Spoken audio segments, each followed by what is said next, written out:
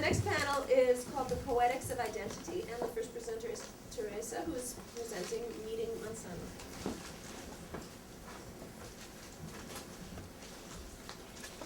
I met Juan Manzano several months ago. I have no idea what he looks like, nor will I ever. We are both storytellers and have been since we were very young.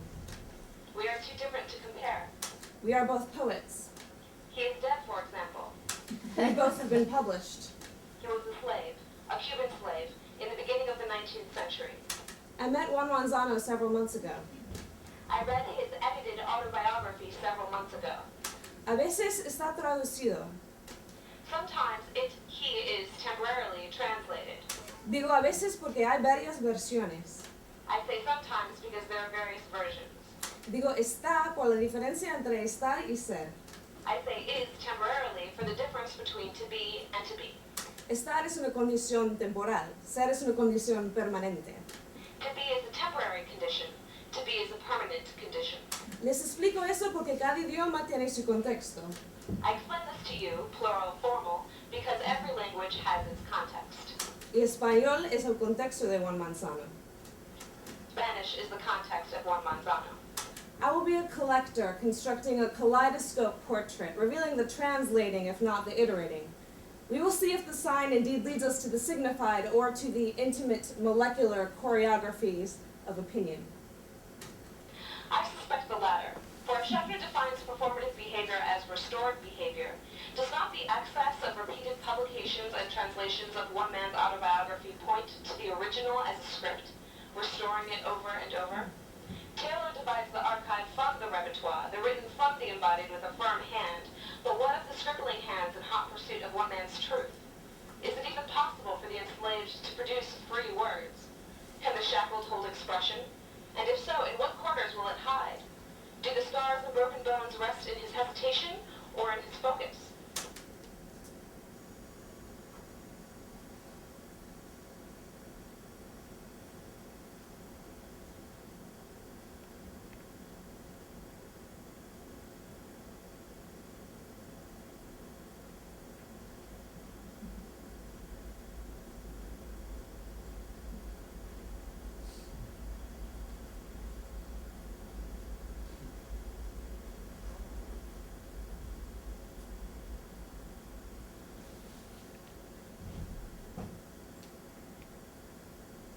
The first publication of Manzano's autobiography, the auto is particularly faint here, was edited, translated, created by Robert Madden in 1840 for abolitionist ends in Britain.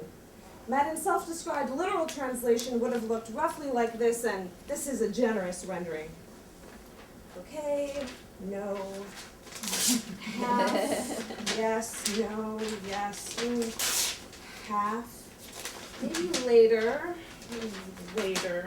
no, go with that, no, okay, now we'll take you guys, yes, okay, that part is fine, yes, fine, no, you can stay, yes, it's just a slave writing anyway, right? It is precisely Madden's recklessly authoritative translation transformation that ignites a 2-century feverish hunt for a more authentic Juan Manzano to emerge from words. Imposible, no? And yet as a writer, I pray every day that someone can find me in my words.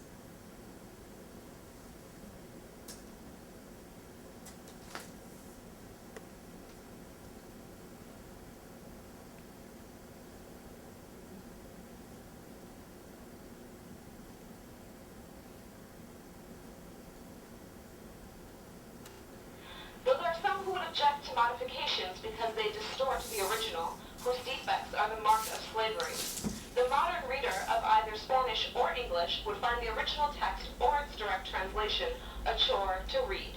Quote, Schulman. A chore to read, the quote, the marks of slavery. Surely, the marks of slavery,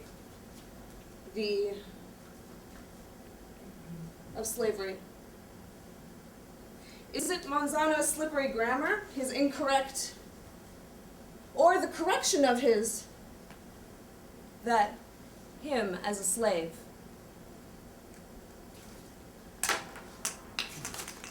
Shall pause a moment to hear from the brief but lovely essay by Roland Barthes entitled Freedom to Write. If orthography were free to be simplified or not according to the subject's desire, it might constitute a very positive practice of expression. Just think of the intoxication of the Baroque jubilation which explodes in the orthographic aberrations of old manuscripts. Are there not occasions when we encounter particularly happy spelling mistakes, as if the scripter were obeying not academic law, but a mysterious commandment that comes to him from his own history, perhaps even from his own body? So yes, the marks emerge from, speak of, characterize Manzano's body. The correction in every publication, the translation, whether into English or proper Spanish, is a violent one, is a yank of the chain, is a for having marks. And yet his body is there somewhere, deep beneath the layers of scar tissue.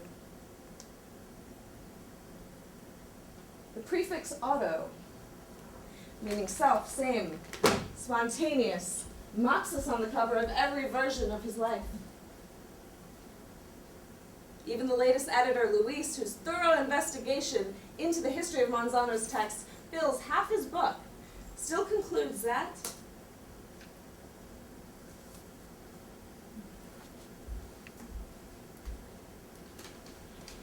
disappeared.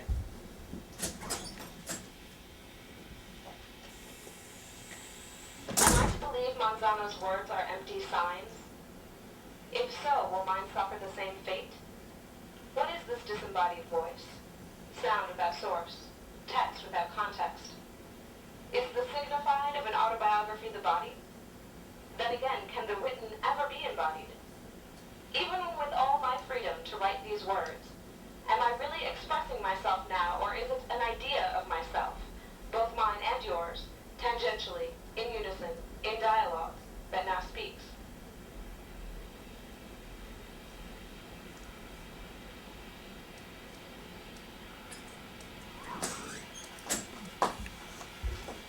Is it a faithful translation to write in the first place? To speak? Cada expresión es una traducción, entonces. Everything is a translation. Inside, outside, we are always inside, meaning, trying to move outside, expression. But in the multilingual translation, we don't even know what we really mean. Let the signs speak anyway and reverberate against one another.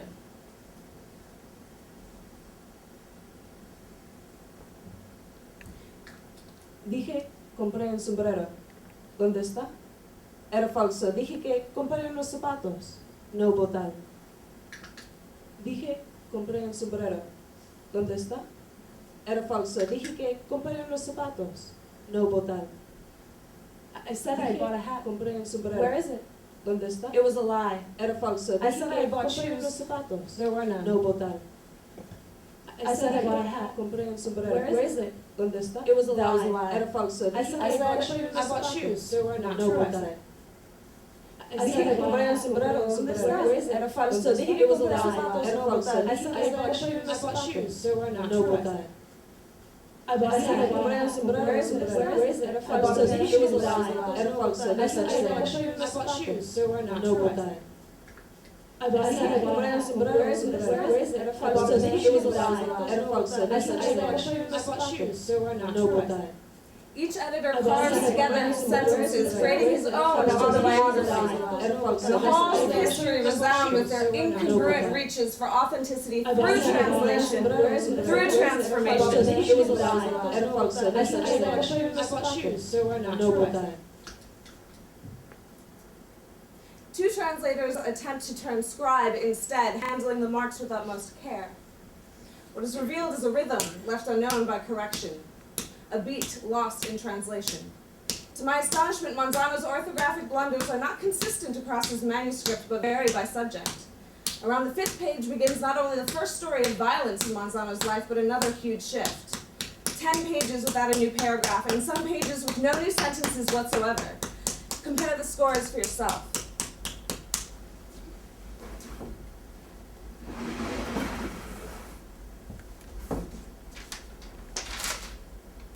Here I see the heights of structure, learning, mimicry.